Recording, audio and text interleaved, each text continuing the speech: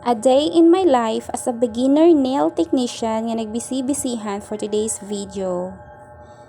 Hello mga guys!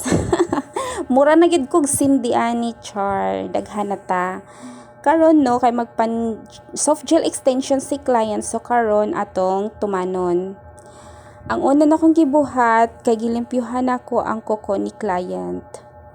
Akong gikuhaan og dry skin og mga cuticles.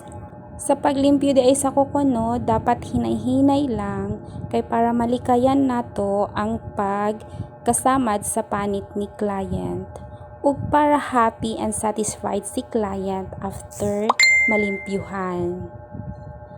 Bahala og hinay basta dili makasamad for the go. Unya karon wala na nako napakita ang pagbutang sa primer ug pag drill sa kuko ni client. So karon humanan ako og butang base coat. Karon ako nagipapilit ang tip which is ang extension nga akong gibutangan og gel glue. Sa pagbutang og gel glue dapat nakadikit to siya ang UV. Dapat i-cure gid siya. Karon ako nang ginilfilan ang tip kay para ma-achieve nako ang shape nga gusto ni client. Sige, kiss-kiss lang ng kiss-kiss para ma-achieve gyud nato. Ug karon gibrushan to nako kay para mga kuha ang mga dust no.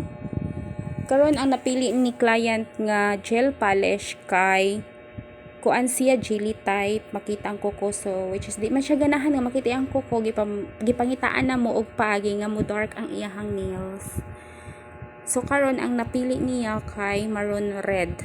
So karon nagbutang nako og first coat. So sa nakita ninyo no, nag-dark na siya. First coat pa lang na. Kunya na mo nakita nga lain diha nga color sa iyahang fingers kay gusto niya nga malain pod. Unya karon kay hibag man siya sa maroon red og sa nag-yellow, so karon ato nang butangan sa nga ma-match siya sa maroon red. Ato nang sapawan. First coat pa lang na. Sa pagbutang di ay sa gel polish no, hinay-hinay lang og dapat dili siya baga. Kay once baga ang pagka-apply kay naay posibilidad nga kuan siya magburot-burot. Dapat nipis lang ang pag-apply sa gel polish. First coat pa lang di ay na din ha.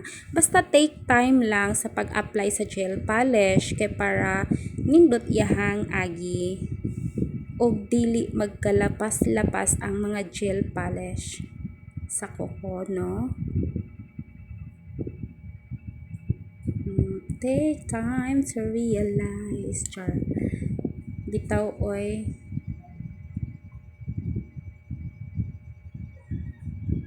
Oh, so nice. Okay, so mag second coat na ta. Karon ang nalahi nga nahibag nga yellow din ha. So akong gisapawan og red orange nga with glitters. Kay para ma-match pod siya. Diba? Finish na. So after sa gel polish, gibutangan na nako og top coat. Ang gamit day sa top coat no kay para dili mga tangtang og dali ang gel polish. Dugay kay siya matangtang, labi na katong daghan kay trabahoon sa balay, magsigig panghugas, magsigig gamit sa tubig, di gid siya dali matangtang, promise. Swear, nice kaayo. Dayon finish na. Nailed it by Rose. Thanks for watching.